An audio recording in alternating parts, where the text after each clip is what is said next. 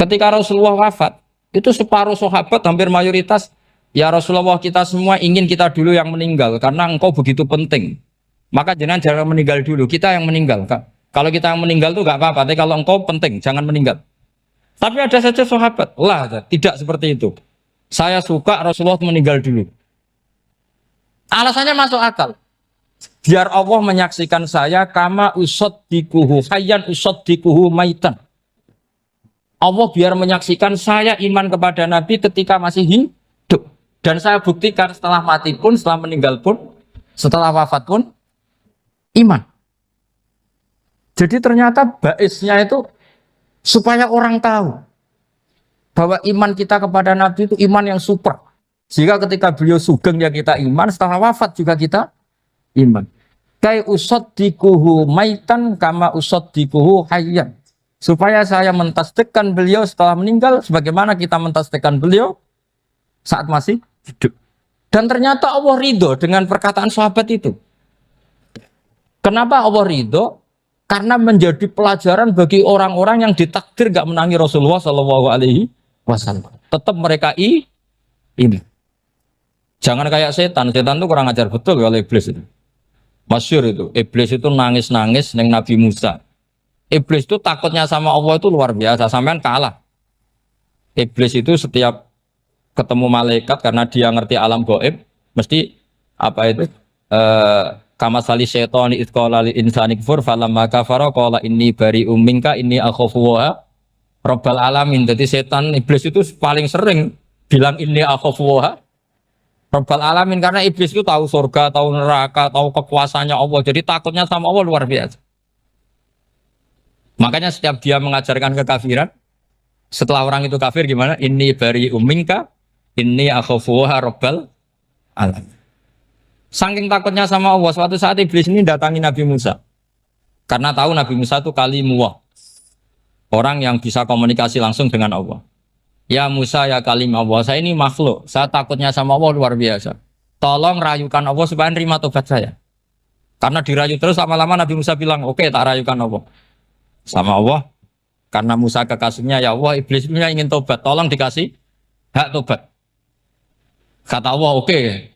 Dia bisa tobat asal mau sujud di makamnya Nabi Adam, karena kesalahannya dia gak mau sujud sama Nabi. Semenang Nabi Musa karena ada cara untuk iblis menjadi tobat. Dikasih tahu sama Nabi Musa, alhamdulillah kamu diterima tobatnya. Syaratnya apa? Sujud ke kuburannya Nabi Adam. Wah, iblis gak tahu aslinya terus. Asjuduhu maitan wa qatla asjuduhu hayyan. Zaman urip aku ora gelem, pemene wis mati. Oh, dasar setan itu. Zaman urip aku ora gelem wis mati kok kon sujud. Kumat maksudnya terus ya sudah terus sampai sekarang akhirnya. Kalau sekarang sudah tidak mungkin lagi karena nggak ada Nabi Musa. Jadi ijtihadnya sahabat melihat wafatnya Rasulullah itu beda-beda dan ternyata semuanya diridhoni Allah. Karena ternyata yang suka Nabi wafat dulu adalah ingin supaya umat Islam tetap mencintai beliau. Iman sama beliau, tasdik sama beliau, sebagaimana tasdik zaman sugeng. Makanya kita harus mencintai guru-guru kita. Uhibbuhu maitan kama uhibbuhu hayyan.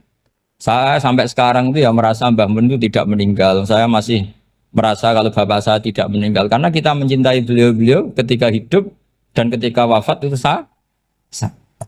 Karena beliau-beliau sama kita juga seperti itu. Rasulullah itu ketika mendekati wafat, ya bahasa halusnya intaqala ila rafiqil a'la. Itu Nabi kalau ngedikan tuh rileks sekali. Hayati khairun lakum wa wafati khairun lakum. Cong aku nak uripku ya apik. Engko nak aku wis kapundhut ya apik. Fa amma hayati fali asunna lakum as-sunan. Sebagian riwayat fa innakum tuhadditsuna anni wa uhadditsu ankum. Kalau saya masih hidup, saya bisa mengajarkan kamu sunnah. Mengajarkan kamu tradisi-tradisi yang benar. Dan ketika aku mati, ketika aku sudah wafat, maka saya jejer Allah, kata Nabi. Saya berdampingan dengan Allah, maksudnya dekat Allah. Tentu bila kaifin walan hisab. Terus sudah fa'inna amalakum, amal-amal kamu diperlihatkan ke saya. Berhubung saya sudah dekat Allah, kalau amal kamu baik, saya muji Allah. Kalau amal kamu buruk, saya langsung mintakan ampun kepada Allah. Jadi Nabi rileks sekali. Artinya saya hidup bagus karena bisa ngajarkan kamu as-sunan wa syara'i'. Kalau saya wafat karena saya dekat Allah. Kalau kamu baik, saya muji Allah. Kalau kamu buruk, saya mintakan ampun kepada guru-guru kita juga seperti itu. Justru setelah wafat, beliau-beliau punya kesempatan dekat sama Allah, dekat sama Al-Mala'il A'la sehingga mendoakan apa? Nah terus kata Sayyid Muhammad, wala taqulu lima yuqtalu fi sabilillahi amwat. Kamu jangan pernah berkeyakinan atau berpendapat atau berkomentar kalau orang-orang yang mati fi sabilillah adalah berstatus apa? Mati, amwat. Kalah. Terus kata Sayyid Muhammad, hadza li amati syuhada. Ketentuan ini bagi umumnya syuhada. Artinya gini, umumnya syuhada saja tidak berstatus amwat. Apalagi hadza Rasulullah, sayyidul syuhada, sayyidul anbiya, sayyidul mursalin. Tentu tidak pernah berstatus amwat. Ya saya ulang lagi ya, jadi zaman cara berpikir, amatus syuhada, syuhada yang umum saja berstatus hidup. Tidak boleh distatuskan amwat. Apalagi Rasulullah itu sayyidus syuhada, sayyidul anbiya. Maka status beliau pasti hayyun la yamut. Pasti beliau itu hidup tidak.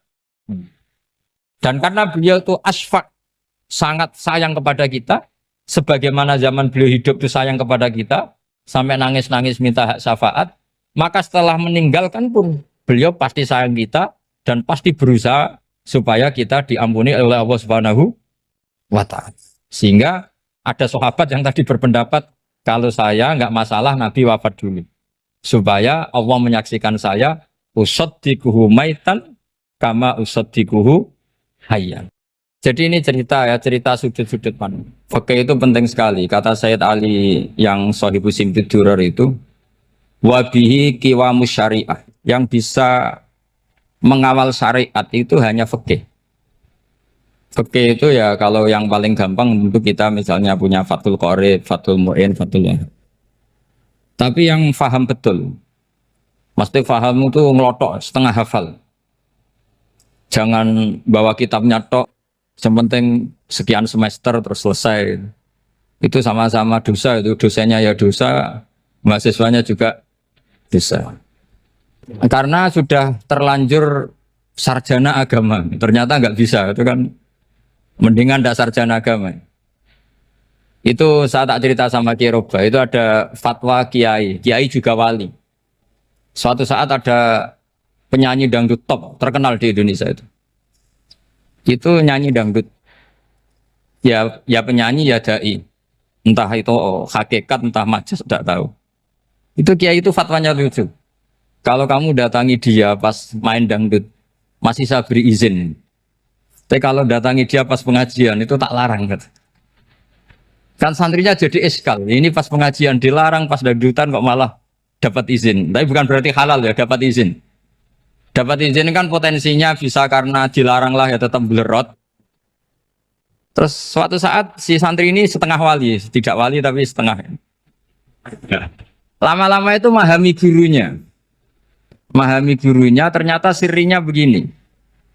Kalau seorang penyanyi yang tidak pernah ngaji, kemudian ngomong agama, itu potensinya itu fadallu wa adallu, sesat dan menyesatkan. Tapi kalau dia sedang nyanyi dangdut, penyanyinya cowok, sama jangan bayangkan dangdut putri, enggak, itu cowok sudah tua lagi. Jadi potensi halalnya ada lah maksudnya untuk, tapi tidak alat musiknya, orangnya. Tapi kalau dia nyanyi itu paling dosanya hanya nyanyi. Saya ulang lagi, murid tadi akhirnya paham kalau datangi pengajian itu artinya ikrar kalau dia seorang dai atau seorang yang layak ngomong apa? Agama. Itu lebih bahaya karena kita santri, apalagi kita doktor atau MM, terus ngekrori orang yang nggak jelas asal usulnya. Tapi kalau nyanyi kan nyanyi saja. Sehingga itu menjadi fikih. Bahaya terbesar dalam fikih adalah apa?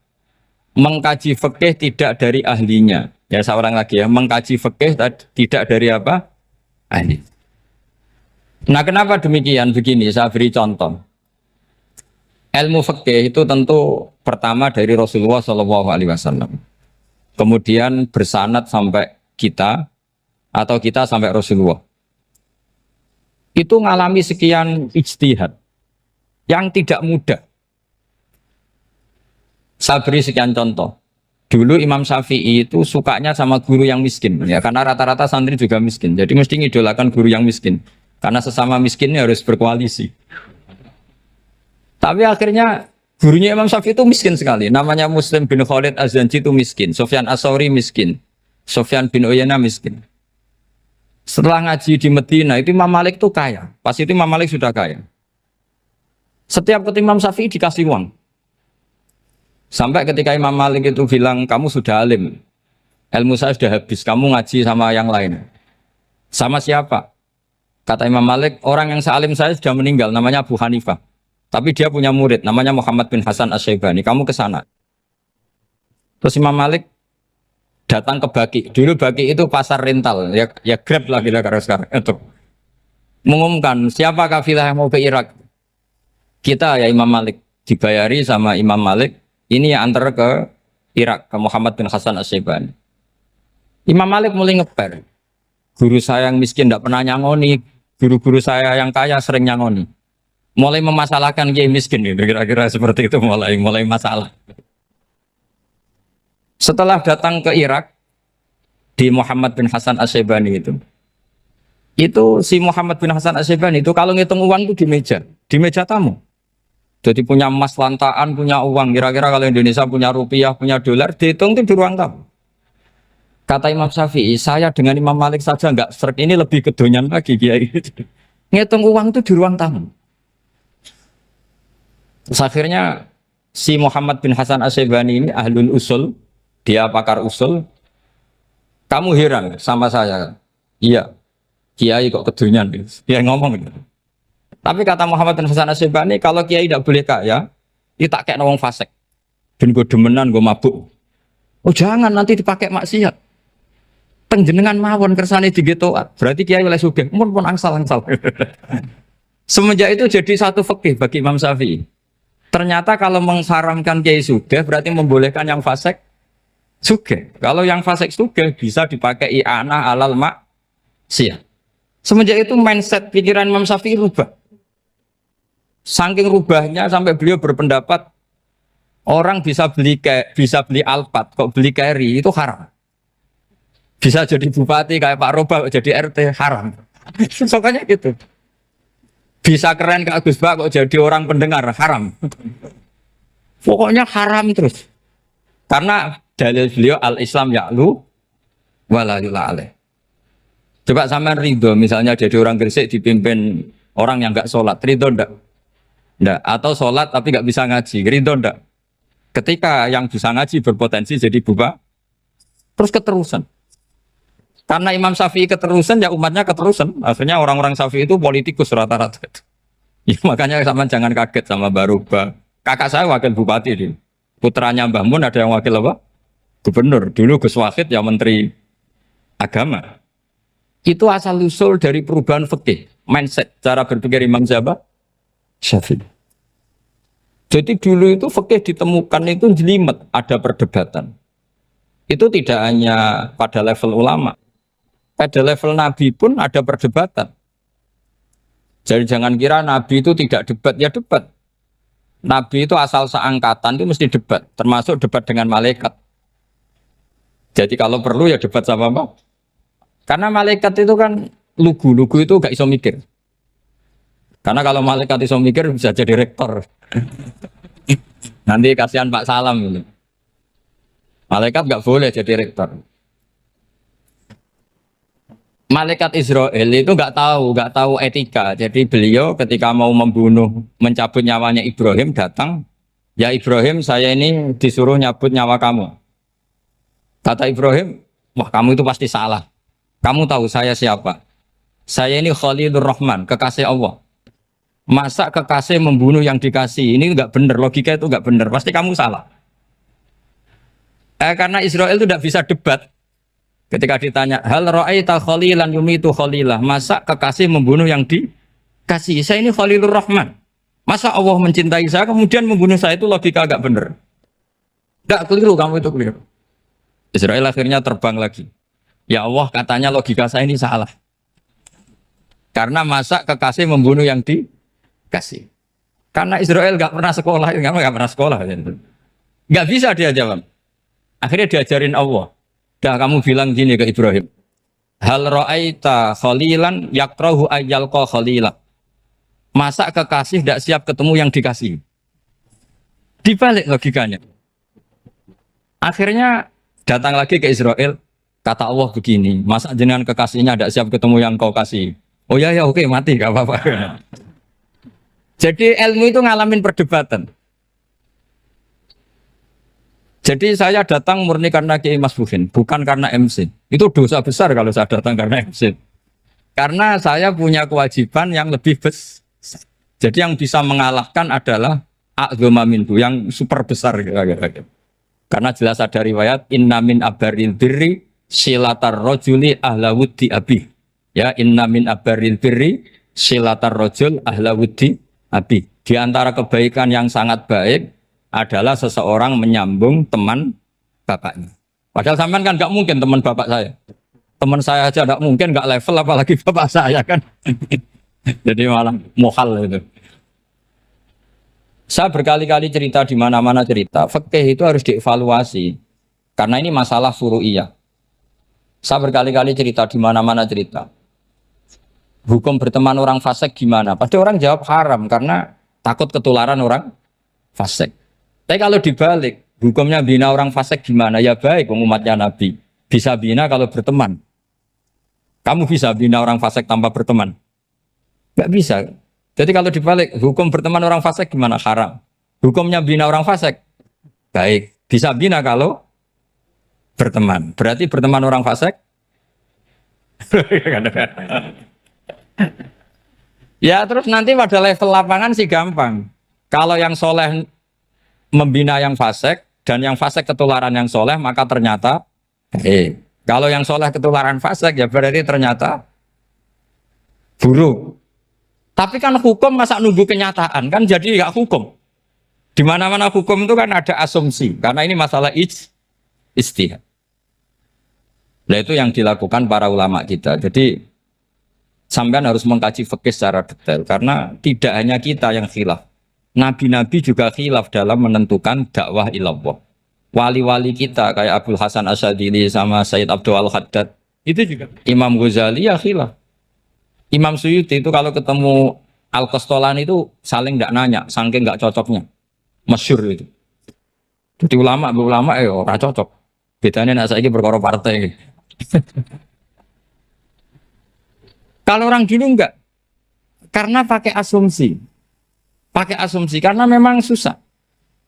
Nggak misalnya memang tak bedai, tak beri yang nggak misalnya ada orang rukuk kemudian kentut, itu sholatnya batal apa enggak? Enggak, jawab saja. Nggak, orang sholat kemudian pas rukuk kentut atau kelihatan auratnya, sholatnya batal apa enggak?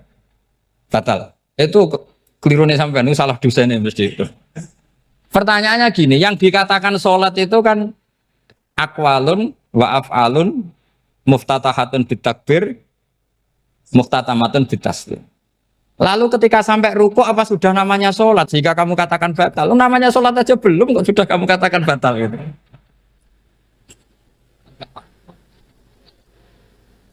Iya kan? Jadi kalau aku mau sholat pas rukuk ngetut batal atau ora? Mestinya jawaban yang benar, ya ora sholat jadinya gitu. Karena kalau dikatakan sholat definisinya harus sampai salah. Tapi kan kita nggak mungkin ngomong seperti itu kan dianggap majnun. Padahal itu yang benar, yang punya kecerdasan. Nah makanya pertanyaannya, fikih itu ngikuti bahasa awam apa bahasa istilah? Kalau ngikuti bahasa awam ya kayak tadi, sholat kok pas rukuk kentut maka batal. Sebenarnya yang batal itu sholatnya apa rukuknya? Nah makanya terjadi perdebatan. Kalau yang pakar-pakar usuli itu salah istilah itu nggak mau. Saya ulang lagi, kalau pakar-pakar usuli itu salah istilah itu nggak mau. Terus misalnya tak beri contoh lagi. Kalau imam itu sudah salam pertama. Salam pertama itu yang rukun kan salam pertama. Berarti setelah salam pertama imam sudah keluar dari sholat apa belum? Yakin? Ya sudah. Sekarang sama tak bedai. Lalu makmum itu kesunatan langsung berdiri apa nunggu imam salam kedua? Enggak, jawab satu. Nunggu salam kedua kan? Ya, itu kriminalis sampai Anda dalam sufi itu. Kriminalnya begini. Berarti Anda bergantung sama orang yang sudah tidak sholat. Kata kamu setelah salam pertama dia sudah tidak sholat. Berarti kamu menginstruksikan makmum berhubungan dengan orang yang sudah tidak sholat. Karena sudah keluar dari sholat ketika salam pertama. Kalau kamu di debat gitu gimana jawabnya? Pusing kan? Berarti robtul makmum bisolatiman sing wis laisa fi sholatin. Berarti menggantungkan sholat sama orang yang sebetulnya sudah tidak sholat. Ada yang jawab, sebagian ulama fikih tetap disunatkan menunggu salam kedua. Karena salam kedua itu masih paket meskipun tidak rukun. Juga paketnya selesai. Tapi selalu pertanyaannya gini, lalu setelah salam pertama itu imam masih sholat enggak? Sudah sama berani dijawab toh? Nah ini pentingnya bodoh, gak mikir sebenarnya. Jadi makanya bodoh itu barokah karena gak mikir itu. Jadi soalnya Rabbana ma khalaqta hadza batila. Sing bodoh ya barokah, sing pinter ya barokah. Sira barokah maksiat. Serana barokah plus. Jadi ilmu itu harus mengalami satu gesekan karena logika itu bisa dibalik. Nah karena ilmu itu mengalami satu gesekan, satu logika yang bisa kayak iya kayak enggak. Sehingga jargon di dunia ijtihad itu begini. Ra'yuna shawabun yahtamilul khata' wa ra'yuka khata'un yahtamilus shawab. Pendapat saya benar tapi mungkin salah.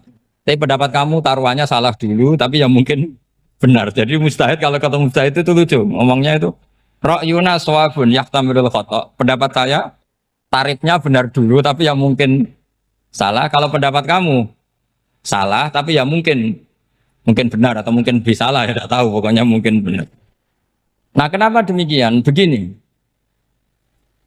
di luar masalah tauhid, saya ulang lagi di luar masalah tauhid itu tentu ada masalah-masalah yang sifatnya ijtihadiyah. Ya saya ulang lagi yang sifatnya apa? Ijtihadiyah. Dan ijtihadiyah ini nggak pernah selesai karena muqtadul hal, konteks kesejarahan maupun konteks kesempatan itu tidak sama. Dulu kiai-kiai itu ngaramkan dasi, ngaramkan celana karena yang celananan yang dasinan itu penjajah. Sehingga mantas sabah biqaumin fahuwa minhu. Tapi lama-lama kiai-kiai itu ya pakai dasi, pakai celana. Ya karena dianggap sudah tidak mantas sabah biqaumin fahuwa minhu. Ini ngalami pergeseran. Semua ijtihad itu ngalami pergeseran. Lalu pertanyaannya begini, lalu ijtihad apa Gus yang permanen? Yang permanen ya ijtihad dengan alatut ijtihad apa? Ijtihad. Saya beri contoh misalnya begini. Nabi Musa itu yang ngalami ijtihad. Kata beliau karena kangen Allah, itu ingin melihat Allah karena kangen. Rabbi arini anzur ilai. Qala lan tarani walakin anzur ilal jabal. Ya sudah namanya orang kangen ya ingin melihat. Ya sudah gitu aja. Sehingga ahli ilmu kalam itu berdebat. Kalau kata ahli sunnah, karena Nabi Musa minta ingin melihat Allah, berarti melihat Allah itu jaiz, mungkin. Karena Nabi gak boleh bodoh meminta sesuatu yang mau hal. Maka antipatinya ahli sunnah terhadap pendapat Mu'tazilah itu antipati.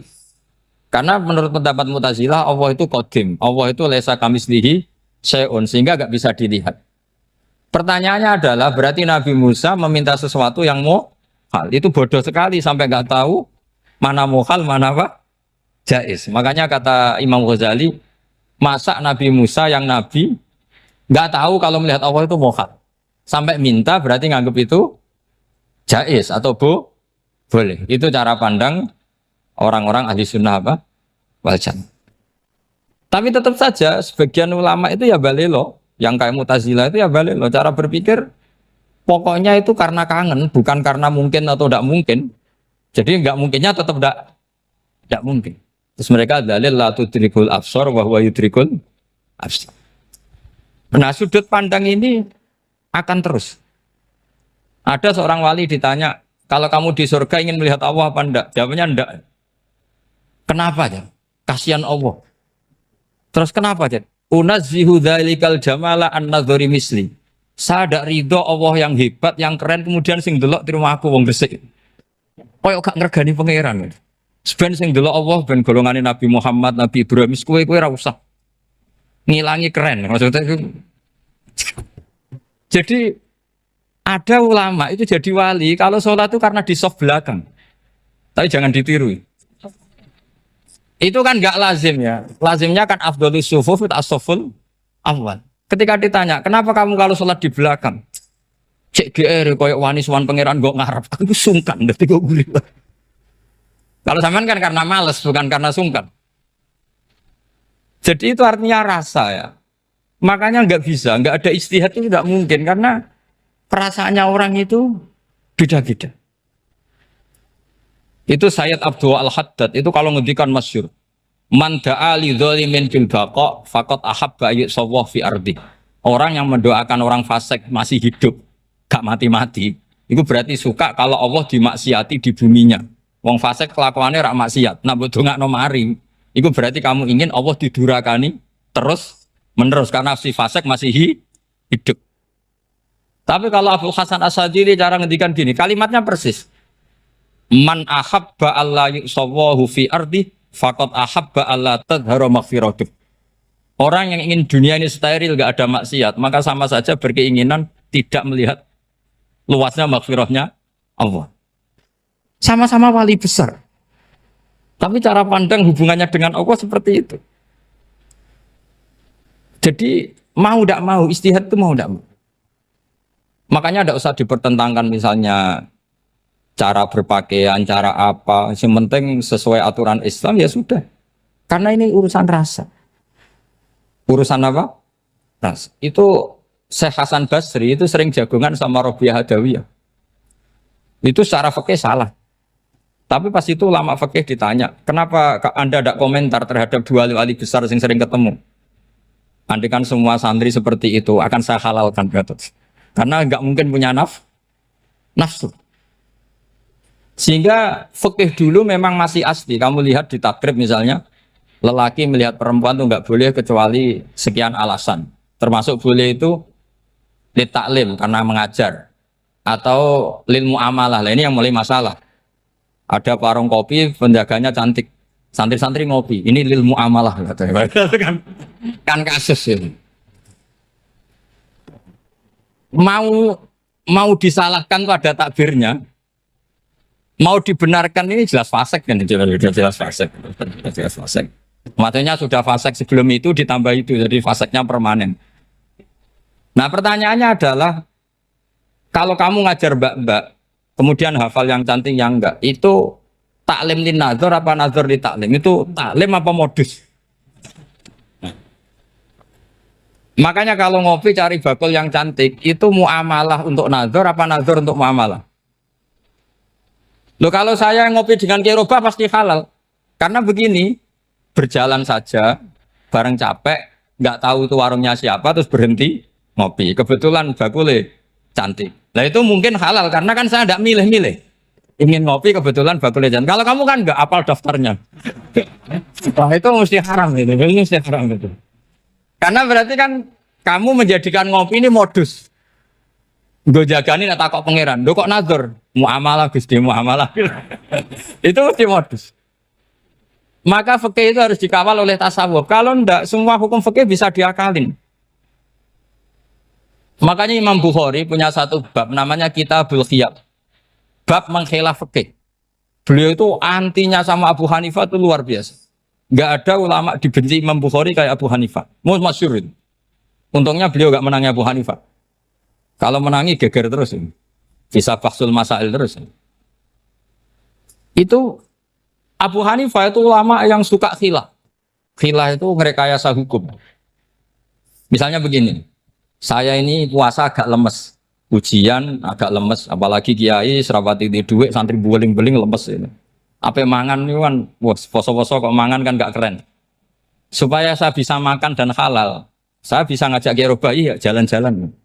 Jalan-jalan nyari yang jarak 2 marhalah, Ya sudah, terus bisa makan. Kalau ditanya Allah kok makan musafir. Jadi bolehkah insya safar menciptakan pergi demi untuk supaya boleh iftar? Boleh enggak cara jenengan? Enggak boleh, alasannya apa? Kan pergi. Perginya juga enggak maksiat. Itu khilaf.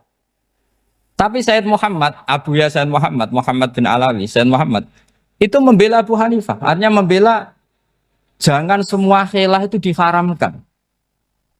Karena itu cara, saya ulang lagi, karena itu cara untuk mengawal bahwa hukum Allah itu luas. Karena kalau nggak ada khilaf itu ya kita kesulitan. Kita kesulitan. Misalnya begini, ini penjelasannya, makanya kita harus sering mendengar. Saya itu dulu masih sangat fikih itu protes, kenapa ada poluan polisi wanita? Itu kan pekerjaan cowok ya, pekerjaan pria. Tapi setelah mendapat penjelasan dari polisi itu alasannya masuk akal, Gus. Kadang-kadang orang nakal itu menyembunyikan narkoba itu di alat wanitanya. Itu kalau semua lelaki polisi kayak jenengan itu kan masalah itu. Sehingga memang harus ada polisi wanita karena sebagian pengedar narkoba itu perempuan dan menyembunyikannya di tempat itu. Kalau semua polisi cowok kan nggak kebayang. Sehingga kita akhirnya mendengar membolehkan polisi itu wanita. Ada wilayah yang harus wanita. Begitu juga ada pertanyaan, kenapa sih dokter kandungan itu cowok? Saya punya banyak santri yang muhibin saya itu dokter kandungan. Tak tanya, kamu itu kok cowok kok jadi dokter kandungan? Kan pekerjaannya seperti itu. Dia jawabnya lucu. Dari 10 yang tes jadi dokter kandungan, itu yang cewek itu lulus 2. Yang cowok lulus semua. Karena ketika cewek dites melihat ketuban pecah darah itu langsung pingsan. Sehingga yang secara psikologi dablek itu kan memang lelaki. Jadi serah wongnya sewakit santai. Kadang nggak lahir-lahir dintaini nang jopo rokokan santai. Itu kalau cewek yang jadi dokter kandungan itu nunggu jam 11, jam 4 sudah pingsan. Nah ini cerita, bukan berarti saya menghalalkan, enggak. Kita harus mendengar, saya ulang lagi, kita harus apa? Dan itu setelah mendengar, itu nanti jadi disiplin ilmu, yaitu namanya fikih. Karena ilmu fikih itu sebetulnya gampang. Sampai kalau ngaji i'anah, itu kelihatan fikih itu gampang, karena ada logika yang terbangun. Misalnya begini, orang kalau tawaf itu disuruh agak jauh dari Ka'bah. Jangan sampai nginjak sadarwan. Karena sadarwan itu pondasi itu ikut Ka'bah. Kenapa begitu? Ya jenenge ra muteri Ka'bah, ide-ide Ka'bah. Jadi sebenarnya sederhana logikanya. Sing jenenge muter itu di luar itu kita muter. Nah kalau nginjak pondasinya namanya gak muteri Ka'bah tapi ide-ide Ka'bah. Ya jadi sederhana sebetulnya ya masuk akal. Jadi fikih itu nggak ada yang iskal, sebetulnya masuk akal. Tapi karena kita nekuni itu tidak serius, maka terus jadi paradok. Saya beri contoh lagi, ini sebagai penghormatan saya sama Kiai Mas Bukin, karena ini sudah namanya fakih. Kalau ada ayam jago ditabrak truk, terus kejet-kejet, kan dibiarkan pun mesti mati, karena gerakannya sudah harokatul masbuh. Terus kamu sembelih, itu halal apa enggak? Enggak jawab, ayam jago loh. Kalau kamu katakan halal, dia sudah tidak punya hayatun mustaqirroh, kehidupan yang permanen. Andai kan kamu biarkan pun 1 menit lagi meninggal. Kejet-kejet kan mau prosedur saja. Maksudnya pantasnya mati ya kejet-kejet sih, tapi sebetulnya sudah pasti mati. Maka ini ada 2 ulama. Kalau kata Imam Malik tetap namanya halal. Karena ruhnya masih di situ, sehingga ketika kita nyembelih, ya nyembelih hewan yang hidup. Yang namanya nyembelih itu pokoknya mematikan yang punya roh. Sementara saat itu rohnya masih di situ. Meskipun 1 menit lagi pasti. Tapi kalau mazhab Syafi'i enggak, ini sudah harokatul masbuh. Tidak punya hayatun mustaqir. Sehingga dalam perdebatan ulama fikih itu lucu. Kadang ya gampang mangkel no. Misalnya begini. Kalau ada anak lahir, tidak ada amaratul hayat, nggak nangis, nggak bernafas. Sunat disolati apa enggak? Siktun sing layas tahilu walayas langsung lahir langsung mati, nggak ada amaratul hayat. Ora tahu mikir tuh. Itu tidak wajib disolati. Alasannya, ya kan memang sholat alal mayit kan tidak pernah hidup. Di mana-mana mayit itu setelah hidup mati. Ini kan tidak pernah hidup. Namanya ya kit atul lahmen, ya potongan daging itu aja enggak. Jadi kadang fikih diwaca tenan jebule mangkel no. Terus ketika di kitab Minhajul Thalibin itu, kalau kamu keluar mani itu wajib mandi enggak? Wajib kan? Kalau keluar mani inzal itu kan wajib mandi. Nah kenapa nifas atau wiladah keluar bayi? Kenapa ibu-ibu kalau keluar bayi wajib mandi? Alasannya lucu. Li annal walad maniyun pun akidun. Ini kan wis mani cuma mengkristal. Jadi kadang fikih mangkel. Apa ya? Sembrono itu masuk. Mosok wajib mandi wiladah itu karena apa? Li annal walad maniyun mun akidun. Niku mani sing wis mengkristal.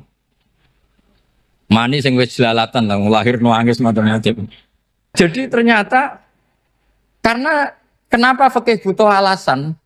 Nyari hadis tentang keluar anak mandi itu enggak ada yang sorry. Yang ada adalah tentang inzal. Innamal ma' minal. Akhirnya dicari-cari ternyata walad itu maniyun menakit.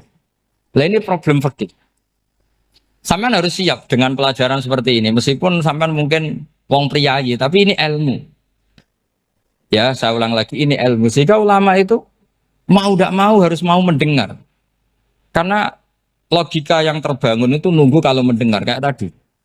Nabi malaikat Israel baru sadar, masa kekasih bunuh yang dikasih. Masuk akal juga Israel. Kalau sama sampean sih nggak nerima tetap selonang-selonang ini masalah Ibrahim, Khalilur Rahman. Sehingga kita di alasan fikih itu harus kita dengar. Saya dulu itu, saya sampai sekarang itu sama kalau bayi lahir masih sudah berbentuk bayi, saya sendiri berpendapat sebaiknya disolatin. Kalau sudah berbentuk bayi, meskipun tidak nangis, tidak ada amaratul hayat. Kan yang digugurkan itu wajibnya, bukan masalah boleh dan tidak. Itu banyaklah perdebatan ulama di bab itu. Saya beri contoh lagi perdebatan ulama. Ini contoh-contoh fikih karena ini khusus penghormatan status fakih tadi. Itu kalau ada orang mati jenazah itu. Jenazah itu kalau sholat, itu kan umumnya jenazah di depan, kita nyolati di belakang.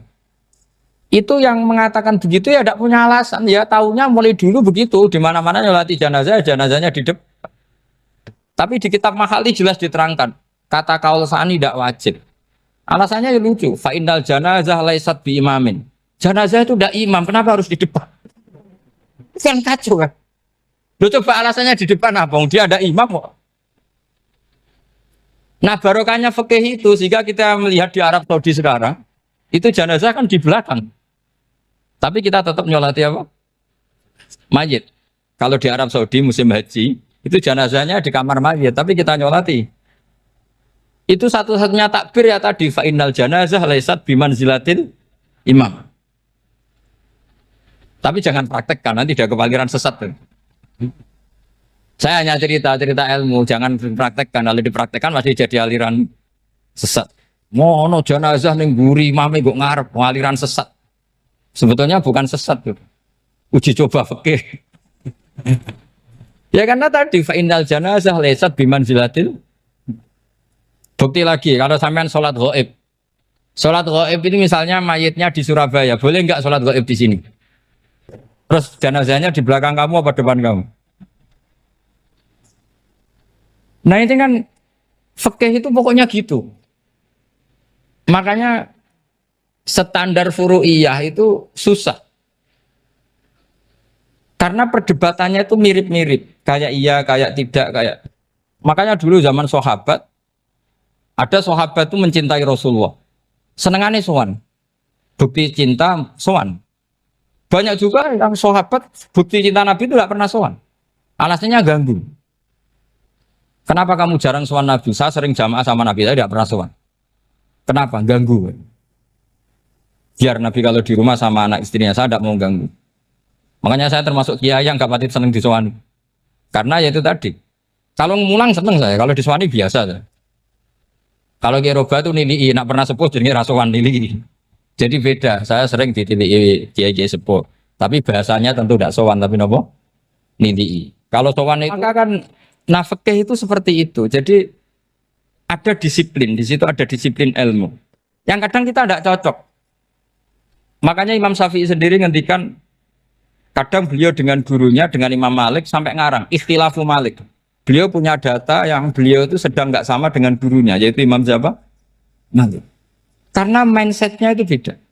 Tidak sampai misalnya saya tanya, sholat itu harus menghadap kemana? Tidak, jawab saja. Kiblat kan. Ukurannya apa coba? Namanya madhep. Wajah apa dada? Imam Syafi'i milihnya dada. Sekarang praktekkan dalam dialog keseharian. Saya jagungan sama Kiai Roba seperti ini, terus wajah saya begini, madhep enggak? Nah, itu masalah.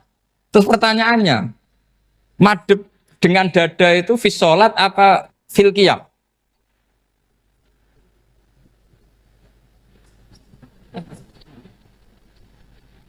Belum, enggak, kalau fis sholat pas sujud dada kamu madhep mana coba?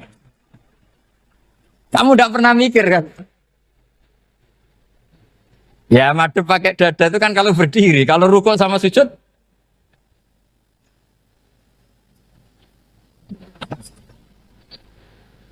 Nah itu ulama itu jelimet gitu. Makanya jarang yang menekuni profesi ulama ini. Karena menekuni proposal banyak, karena memang susah. Jadi ulama itu orang yang cara berpikir sudah aneh. Sehingga mereka detail. Maksudnya menghadap itu apa? Ukurannya kalau berdiri ya dada, tapi nggak bisa kamu katakan atawajjuh bisodri aturan dalam sholat, fikuli sholat. Pertanyaannya lah kalau rukuk sama sujud, dadanya menghadap kemana coba? Maka itu ilmu yang sudah jelimet.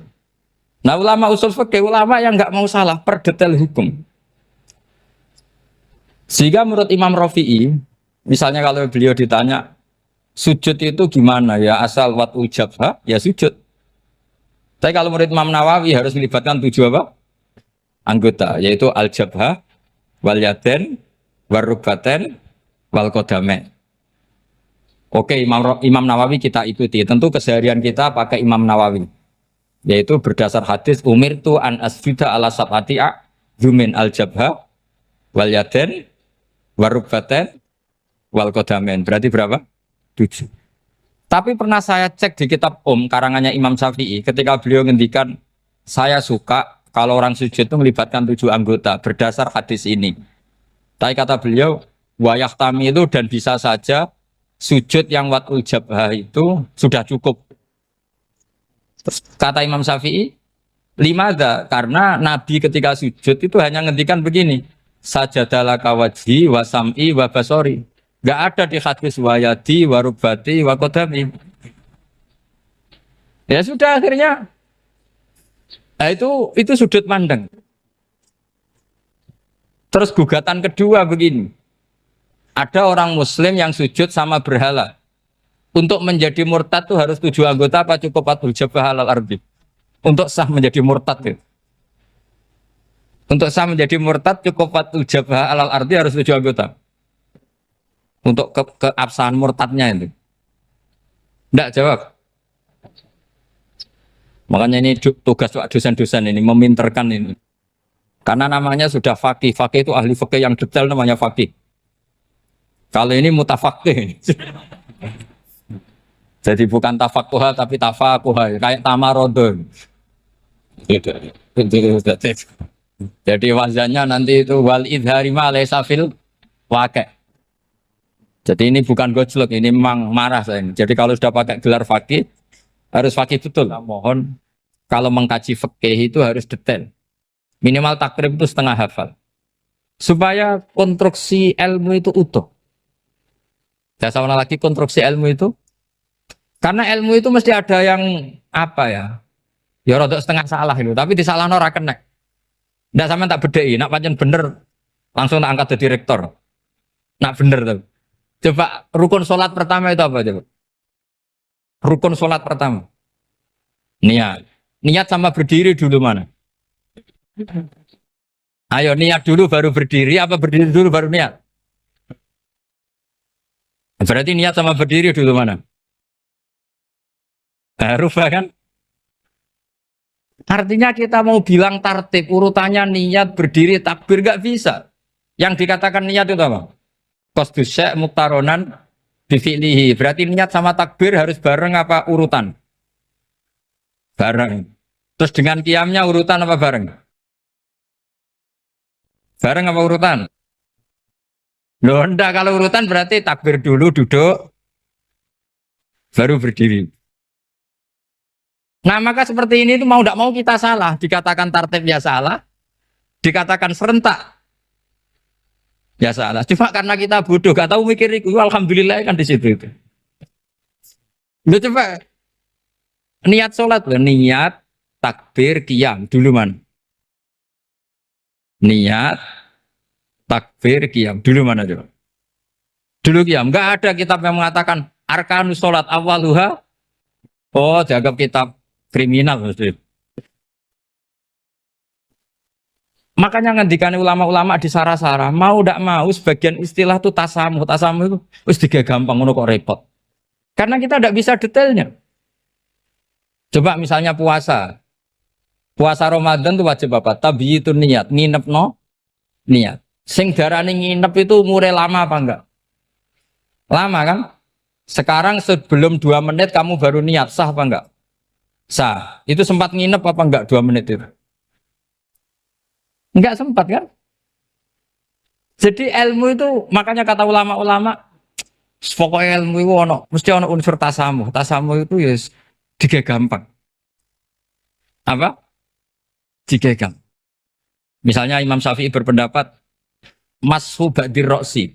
Itu kata beliau walau sya'rotan fi hadir roksi.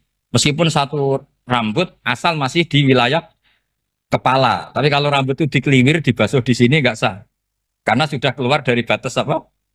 Kepala. Imam Syafi'i cara berpikir kan ya ngene iki jenenge basuh sirah. Tapi cara Abu Hanifah enggak. Ya enggak, yang namanya megang kepala itu ya minimal 1/4. Masa gitu dikatakan lalu ulama usul fikih itu berdebat. Sesuatu itu sesuai masodaknya. Masodak itu yasduku alaihi kadza, yaitu ini tadi saya cerita ke Ibu Khen tentang ngaji Jamul Jawame. Ini ilmu yang di Jamul Jawame. Sesuatu itu ukurannya mayasduku alaihi kadza apa dengan takrif definisi. Misalnya gini, sholat itu batal dengan makan. Kalau kamu sholat makan batal nggak? Nggak, jawab saja. Batal. Itu satu upo apa satu piring? Nggak, jawab saja. Satu upo sudah batal. Sekarang bab makan di ngormat tamu. Cong tamuku keimangan. Iku sak upo apa sak piring? Nah ini kan tidak fair. Di bab tamu makan satu piring, tapi di bab sholat satu upo. Maka pertanyaannya, lalu penamaan sesuatu itu berdasar masodak, mayasduku alaihi ismu kadza, atau berdasar uruf?